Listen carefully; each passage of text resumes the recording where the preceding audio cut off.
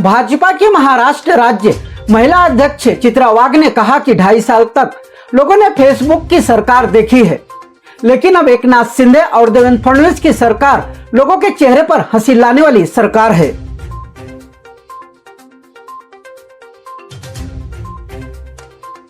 वहीं कुछ दिनों में सरकार गिर जाएगी। शिवसेना नेताओं द्वारा दिए जा रहे इस बयान को लेकर केशव भूमे द्वारा पूछे गए सवालों का जवाब देते हुए कहा कि शिवसेना नेताओं को अपने सहयोगियों से सीखना चाहिए। महाविकास आघाड़ी सरकार में जिन्होंने उप मुख्यमंत्री का दायित्व संभाला था, उन्होंने यानी अजित दादा पवार ने सरकार के कामकाज का तारीफ किया है। इसलिए शिवसेना नेताओं को अजित दादा पवार से ट्यूशन लेना चाहिए। दादा अगर उनकी क्लास लेते हैं तो शायद उनके अगले बयान अच्छे आए। एकनाथ शिंदे और देवेंद्र फडणवीस की सरकार रात दिन काम कर रही है। 120 दिन वाली हमारी सरकार में 250 से ज्यादा शासकीय निर्णय हुए हैं। साथ ही उन्होंने कहा कि हमारे प्रदेश अध्यक्ष ने हमसे उम्मीद किया है कि हर बूथ पर 25 महिलाएं हों, और जो आगामी दिनों में दिखाई देगा। आगामी लोकसभा तथा विधानसभा चुनाव में लोकसभा में 45 और विधानसभा में 200 प्लस जगह जीतने का लक्ष्य भाजपा ने रखा है। हमें इससे पहले भी मैं कई बार पालघर आ चुकी हूँ। अलग अलग जो सवाल थे, वुमेन सेफ्टी सिक्योरिटी के जो मुद्दे थे, उनको लेके आपसे मिली हूँ। लेकिन आज का आने का पालघर का प्रयोजन थोड़ा अलग है। 3 नवंबर 2022 को भारतीय जनता पार्टी, हमारे नेता देवेंद्र जी, हमारे नेता बावन कुले जी, इन्होंने मुझ पे भारतीय जनता पार्टी महिला मोर्चा के अध्यक्ष का दायित्व दिया, और इस दायित्व को लेते हुए मेरा ये प्रवास चल रहा है। आज पालघर यानी महाराष्ट्र के 23वें जिले में मैं हूँ। कल से मेरा उत्तर महाराष्ट्र दौरा जो है वो स्टार्ट होगा, और इस सिलसिले में महिलाओं के साथ जो भारतीय जनता पार्टी का बहुत बड़ा संगठन पालघर जिले में है, बहुत सारी महिलाएं हमसे जुड़ी हुई है। ऐसे महिलाओं से, पार्टी के महिलाओं से एक संवाद लेना, आने वाले दिनों में किस प्रकार से भारतीय जनता पार्टी महिला मोर्चा काम करेगी, इस प्रकार का मार्गदर्शन करना। आप सभी को पता है कि गए 2.5 साल में हम विरोधी पक्ष में थे, और मुझे ये कहते हुए खुशी होती है कि लोगों के सवाल सरकार के सामने रख के ज़रूरत पड़े तो मोर्चे, आंदोलन और सारी चीज़ें संविधान ने जो हमें अधिकार दिए हैं, वो सबको अपनाते हुए हमने हमारा धर्म निभाया है, और महाराष्ट्र में एक सक्षम विरोधी पक्ष बन के भारतीय जनता पार्टी ने काम किया है। अभी हमारी सरकार है 120-125 दिन की हमारी सरकार अभी बनी है और काम चल रहा है, और तभी हमारी जिम्मेदारी जो है वो 100 गुना से ज़्यादा बढ़ गई है। लोगों की अपेक्षाएं हैं, लोगों के काम प्रशासकीय यंत्रणा के जरिए करवाने, केंद्र की, राज्य की जितनी भी योजनाएं हैं वो उन तक पहुंचाना, ये हमारे लिए बहुत बड़ा काम है, और आने वाले दिनों में हम ज़रूर करेंगे। महिला सुरक्षा सरकार की भी प्रायोरिटी है और हमारी भी, और इसके लिए भी सेफ्टी और सिक्योरिटी के जितने भी लॉज बने हैं उनका प्रभावी इम्प्लीमेंटेशन होना, ऑफेंस रजिस्टर्ड होना, महिलाओं को वहाँ पे उनकी जो योजना है रिहैब के लिए वो उन तक पहुँचाना, ऐसे बहुत बड़ा दायित्व हमारा बना हुआ है। हम पालघर में हैं, माल न्यूट्रिशन जैसा एक बहुत गंभीर विषय इस जिले में है, उसके ऊपर भी आने वाले दिनों में महिला मोर्चा ज़रूर काम करेगी। हमारे प्रदेश अध्यक्ष जी ने एक हमसे उम्मीद की है कि हर बूथ पे 25 महिलाएं हो, तो वो भी आने वाले दिनों में आपको दिखाई देंगी।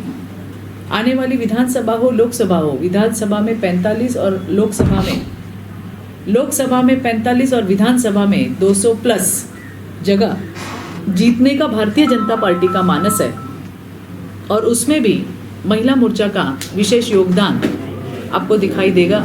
ये मेरे प्रवास का और आप तक यहाँ आने का ये ब्यौरा था। अगर कुछ सवाल है तो आप ज़रूर पूछिए। मैडम, जैसे भी शिवसेना नेताओं का बयान आता है कि ये सरकार चंद दिनों में गिर जाएगी, और उनके भविष्य का जो फैसला है जल्द 2 दिन में कोर्ट में होने वाला है, तो न शिवसेना के जो नेताओं के बयान आ रहे हैं, तो उसे लेकर क्या कहेंगे आप? खिसियानी बिल्ली खंबा नोचे, आपको तो पता है। तो बस ये ऐसे ही है।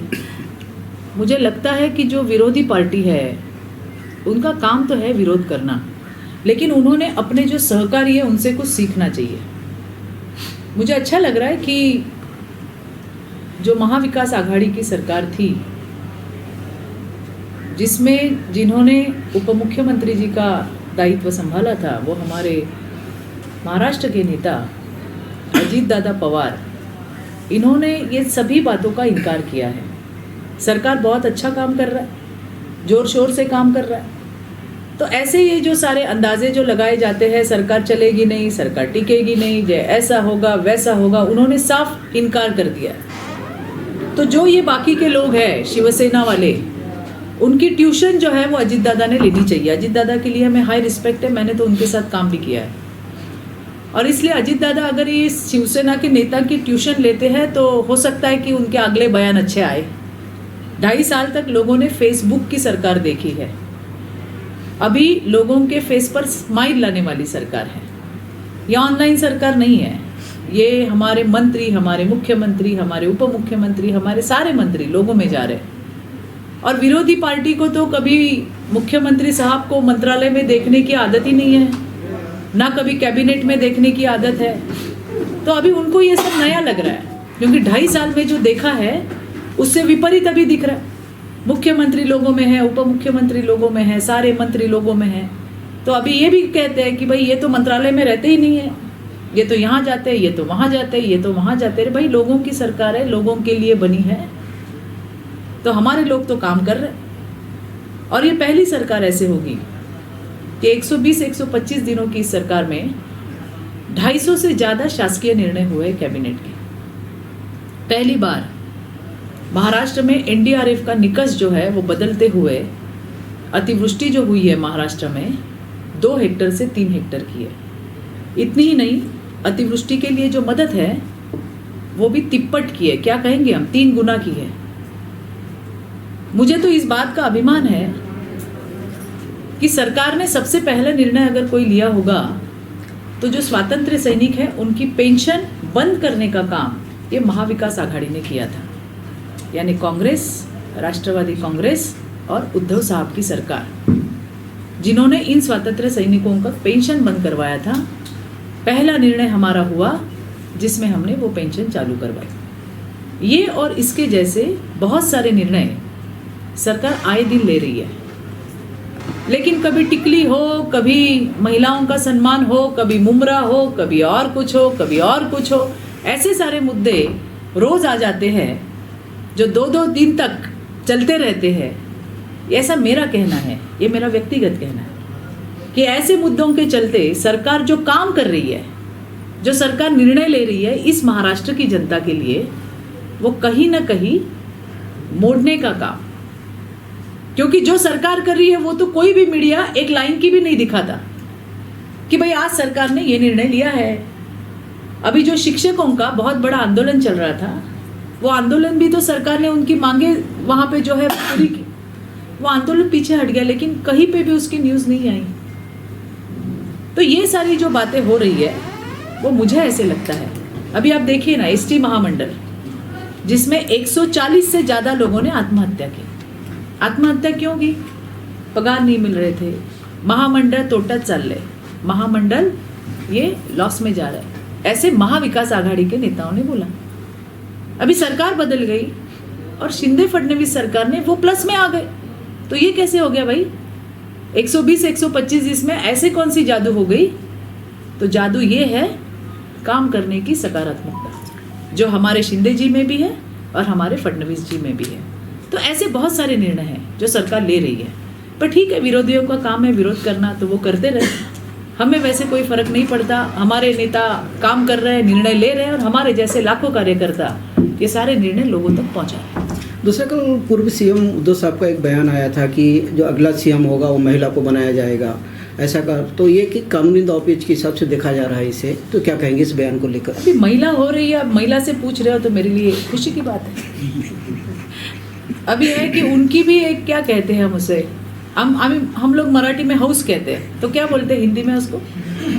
एक इच्छा होती है ना, मौज। हाँ नहीं, मौज नहीं कहेंगे, एक हाउस होती है, हाँ, तो वो तो बन गए अभी मुख्यमंत्री ना एक बार, तो उनकी ख्वाहिश तो पूरी हो गई। अभी वो चाहते हैं कि कोई महिला बने तो वेलकम है, लेकिन अगर आप मुझसे पूछेंगे तो मैं ये जरूर कहूंगी कि मैं इस बात से इसलिए, मतलब मेरा ये कहना है कि कोई महिला मुख्यमंत्री बन जाएगी तो देश के सारी या राज्य की सारी महिलाओं की सब प्रश्न जो है वो छूटेंगे, सॉल्व हो जाएंगे, ये मानने वाली से मैं नहीं हूँ।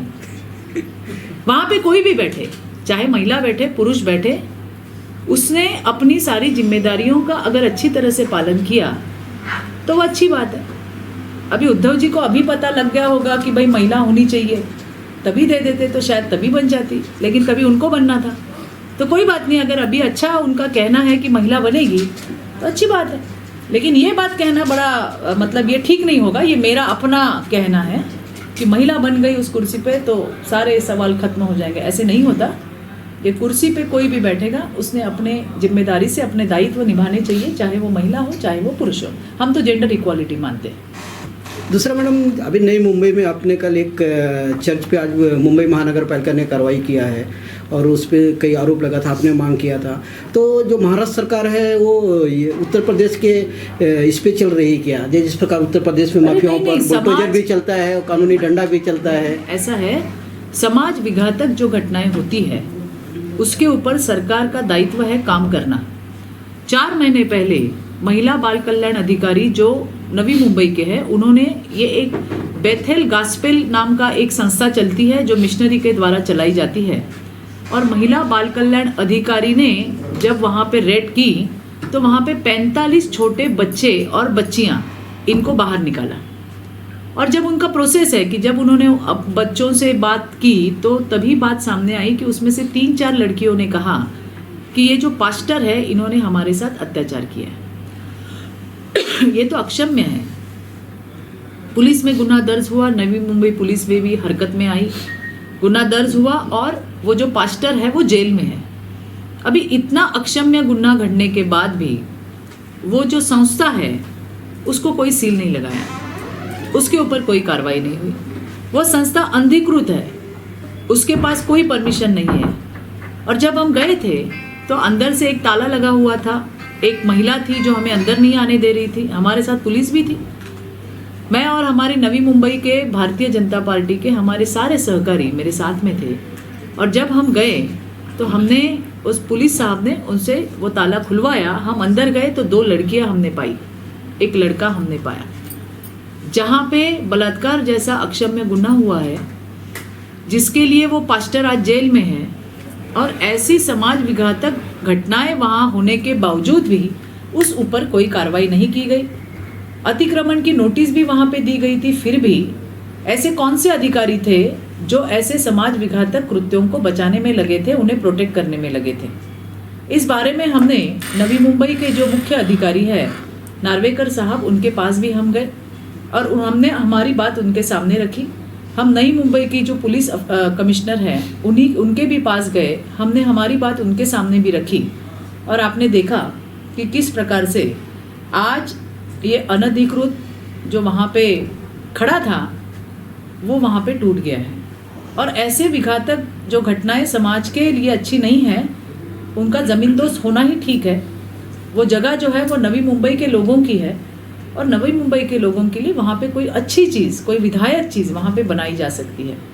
ये नवी मुंबई की घटना वैसे ही 4 दिन पहले नासिक के मसरूल में ऐसी एक संस्था जिसका कोई रजिस्ट्रेशन नहीं, जिसका कोई परमिशन नहीं, और वहाँ पे 13 आदिवासी लड़कियाँ रह रही थी, उनमें से 7 लड़कियों के ऊपर वहाँ का जो संचालक था उसने बलात्कार किया, उसके ऊपर भी कार्रवाई हुई।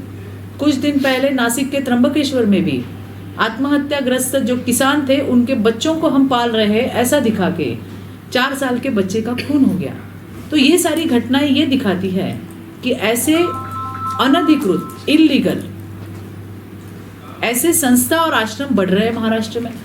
तो इनका एक ऑडिट किया जाए, ये हमने मांग की है और सरकार ज़रूर करेगी, ये हमें विश्वास भी है। तो ये शिंदे फडणवीस की सरकार है जहाँ पे समाज विघातक कोई भी चीज़ उनको पीछे करने वाले, उनको प्रोटेक्ट करने वाले लोगों को छोड़ा नहीं जाएगा। ये लोगों की सरकार है, लोगों के लिए बनी हुई लोगों की सरकार है, और इसलिए यहाँ पे ऐसे कोई जगह, ऐसे कोई घटनाओं के लिए कोई जगह नहीं है।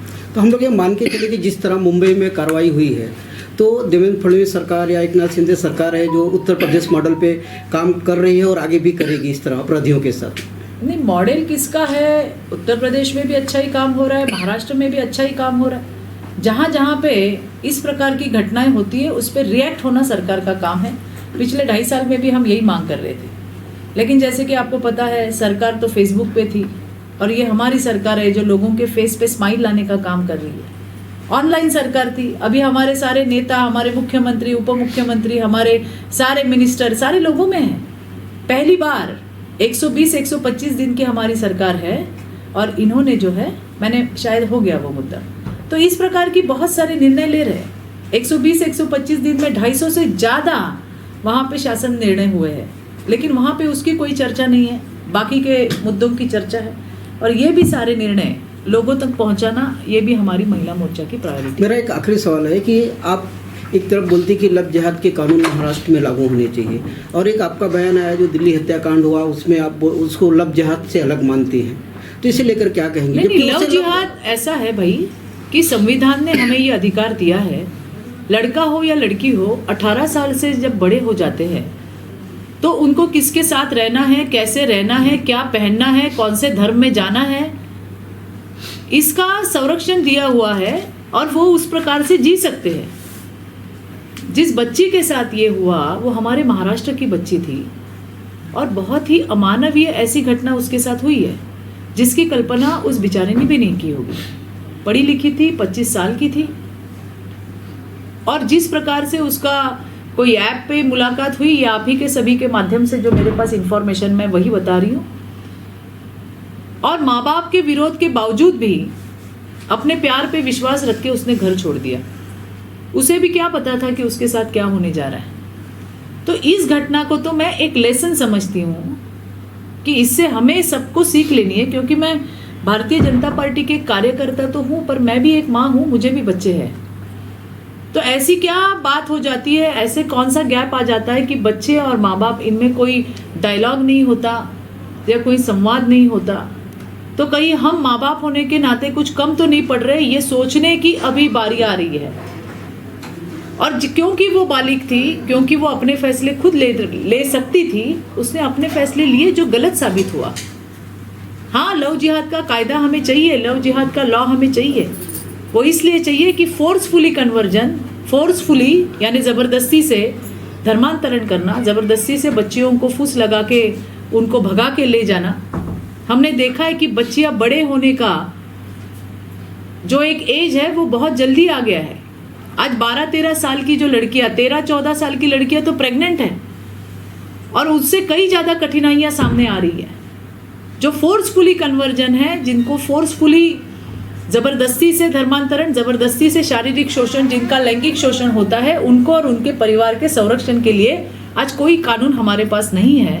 और इसीलिए हमने सरकार से ये मांग की है कि उत्तर प्रदेश की तरह महाराष्ट्र में भी इस प्रकार का लव जिहाद का कानून हो। ठीक है जी, thank you, thank you, thank you. अगर अभी तक आपने हमारा चैनल सब्सक्राइब नहीं किया तो अभी सब्सक्राइब करें और बेल आइकॉन को क्लिक करके हमारी लेटेस्ट खबरों से रहे अपडेट।